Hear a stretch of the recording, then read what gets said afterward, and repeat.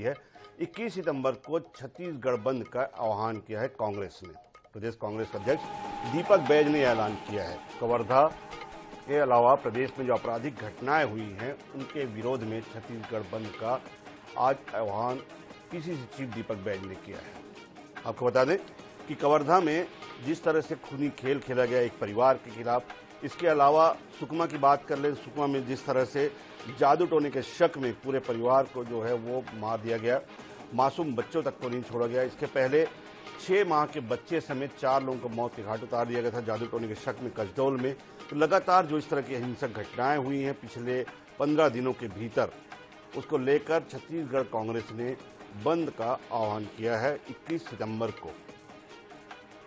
PCC chief Deepak Baij आज कांग्रेस के नेताओं के साथ कवर्धा पहुंचे थे।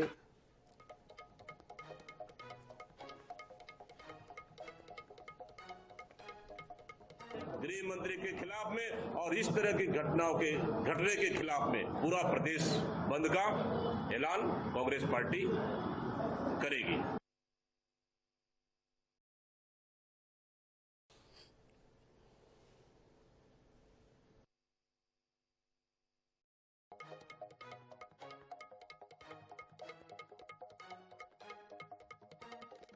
पर बात करने के लिए हमारे साथ व्यास नारायण कश्यप जी हैं, जांजगीर से जो कांग्रेस के विधायक हैं। कश्यप जी, बहुत बहुत स्वागत है आपका आईएनएच न्यूज में। धन्यवाद महोदय। कश्यप जी सुन पा रहे हैं मुझे? मैं आपको आवाज सुन लिया, पहचान गया आपको। जी जी कश्यप जी। तो कश्यप जी बात कर रहे हैं, पीसीसी चीफ दीपक बैज ने 21 सितंबर को छत्तीसगढ़ बंद का आह्वान किया, जो हालिया जो कुछ घटनाएं हुई हैं उसके विरोध में। क्या आपको लगता है कि वाकई में स्थिति अब ऐसी हो गई है कानून व्यवस्था की कि बंद की नौबत जो है वो विपक्ष को बुलाना पड़ा? जी निश्चित रूप से कारण क्या है कि लगातार पुलिस प्रशासन के दबाव पर और अभी वर्तमान की जो कवर्धा की घटना है जी, प्रशांत साहू जी की पुलिस कस्टडी में मौत जी, यह निश्चित रूप से छत्तीसगढ़ के लिए शर्मनाक की स्थिति है। और वो कवर्धा जिले के रहने वाले श्रम गृह मंत्री विजय शर्मा जी के जिले पर अगर ऐसी घटनाएं घट रही हैं, और लगातार मैं जांजगीर जिले से ही बिलोंग करता हूं, यहाँ भी ऐसी स्थिति उत्पन्न हो रही है, निश्चित रूप से माननीय दीपक बैज जी का निर्णय इस छत्तीसगढ़ की जनता के लिए आवश्यक रूप से जगाने का यह काम करेगा। और ये जो बंद का निर्णय है स्वागत योग्य है। हम सब मिलकर ये सब हम मदद करेंगे, सहयोग करेंगे, और 21 तारीख को अगर पार्टी ने आह्वान किया है उसके लिए हम तैयार हैं। कश्यप जी, भाजपा की अगर बात करें, भाजपा उदाहरण देती है कि कानून व्यवस्था छत्तीसगढ़ में कांग्रेस के शासनकाल में इससे भी बदतर व्यवस्था थी, क्या कहेंगे? जी नहीं, कहीं पे नहीं। अरे भाई, हमारे गृह मंत्री के पूर्व की स्थिति आप देखिए जी, और आज वो स्वयं गृह मंत्री बन गए हैं और वो अपने हिसाब से इस प्रदेश को चलाना चाहते हैं, तो ऐसे नहीं चलेगा। छत्तीसगढ़ की जनता भोली भाली जनता है जी, और भोली भाली जनता अगर पुलिस कस्टडी में मौत हो वह निंदनीय है। और इसके लिए पुलिस प्रशासन और छत्तीसगढ़ सरकार, गृह मंत्री जी स्वयं जिम्मेदार हैं। तो कहीं न कहीं जो घटनाओं के लिए प्रशासन जिम्मेदार है, ये कहना हमारे साथ में नीलकंठ टेकाम जी हैं, केशकाल के भाजपा के विधायक हैं। टेकाम जी, व्यास नारायण कश्यप जी हमारे साथ जुड़े हुए हैं, जांजगीर के तेजतर्रार कांग्रेस विधायक है। उनका ये कहना है कि छत्तीसगढ़ में अब कानून व्यवस्था बद से बदतर हो चुकी है, अपराधी बेलगाम हो चुके हैं, और कवर्धा, सुकमा, कसडोल जैसी ऐसी कई घटनाएं हैं जिस पर खुद गृह मंत्री का भी कोई नियंत्रण नहीं है, खुद उनके क्षेत्र में।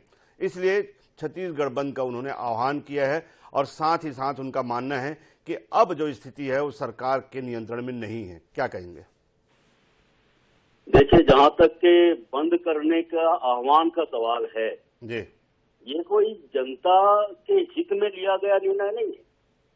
ये कांग्रेस पार्टी की अपनी जो गिरती साख है उसको कैसे बचाया जाए, ये जो बंद का जो आह्वान करके लोगों का ध्यान कैसे आकर्षित किया जाए, उसका एक जीता जागता नमूना है। अगर किसी प्रकार की पुलिस कस्टडी में घटना हुई है तो तत्काल उसके लिए जांच की भी व्यवस्था है, और जांच में जो भी दोषी पाया जाएगा उसको बख्शने का तो भारतीय जनता पार्टी के शासनकाल में कोई जरूरत ही नहीं है। जो भी अपराध करेगा उसको सजा मिलनी ही है।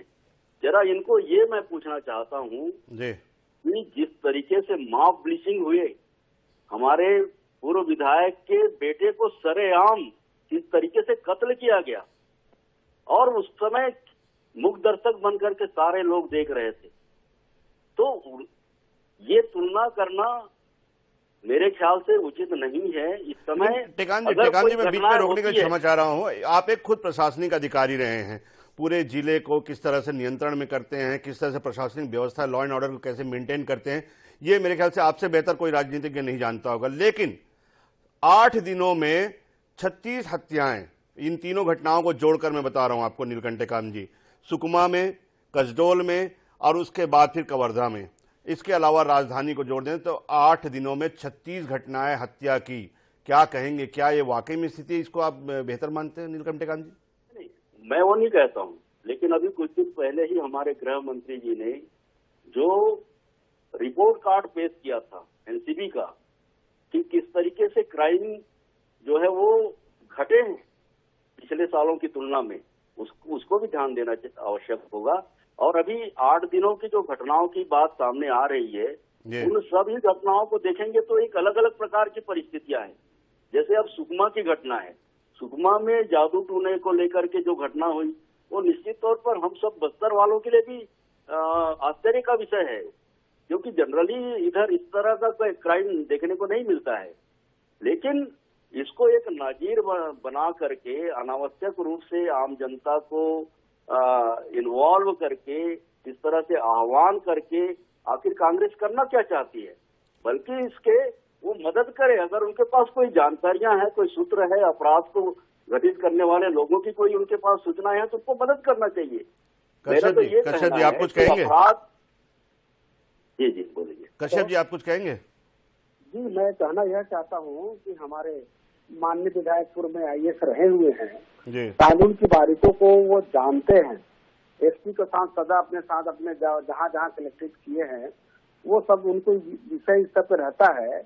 और ये देखिए, हम कांग्रेस के लोग जनता को वास्तविकता को बताएंगे नहीं तो कौन बताएगा, है ना। और मैं जांजगीर जिला बिलोंग करता हूँ, हमारे जिले में ऐसे लगातार ब्लाइंड मर्डर और आत्महत्या यानी कि आपके उसको लेकर सूदखोरी को लेकर ऐसे बहुत सारे मामले हैं। खाली ये अपने पुलिस प्रशासन को बोलते हैं जांच करेंगे, परंतु जांच की रिपोर्ट कहीं पे तो जांच करेंगे तो जांच कब आएगी? हालांकि ठीक है, मैं दोनों प्रवक्ताओं को बीच में रोकने के लिए क्षमा चाहता हूं, लेकिन ये बात अलग हो सकती है कि बात सियासत की हो सकती है। विपक्ष जो बंद बुला रहा है वो एक सियासी मुद्दा हो सकता है, विपक्ष का अपना हथकंडा हो सकता है, राजनीतिक धर्म हो सकता है। लेकिन कहीं न कहीं जिस तरह से हालिया दिनों में जो अपराध देखने को मिले हैं, जो सामूहिक अपराध, संगठित अपराध देखने को मिले हैं, निश्चित तौर पे ये प्रशासन के लिए, शासन के लिए सोचने का विषय जरूर है कि आखिर छत्तीसगढ़ में कानून व्यवस्था किस ओर जा रही है। आप दोनों सुधी विधायकों का जुड़ने के लिए शो में बहुत बहुत धन्यवाद।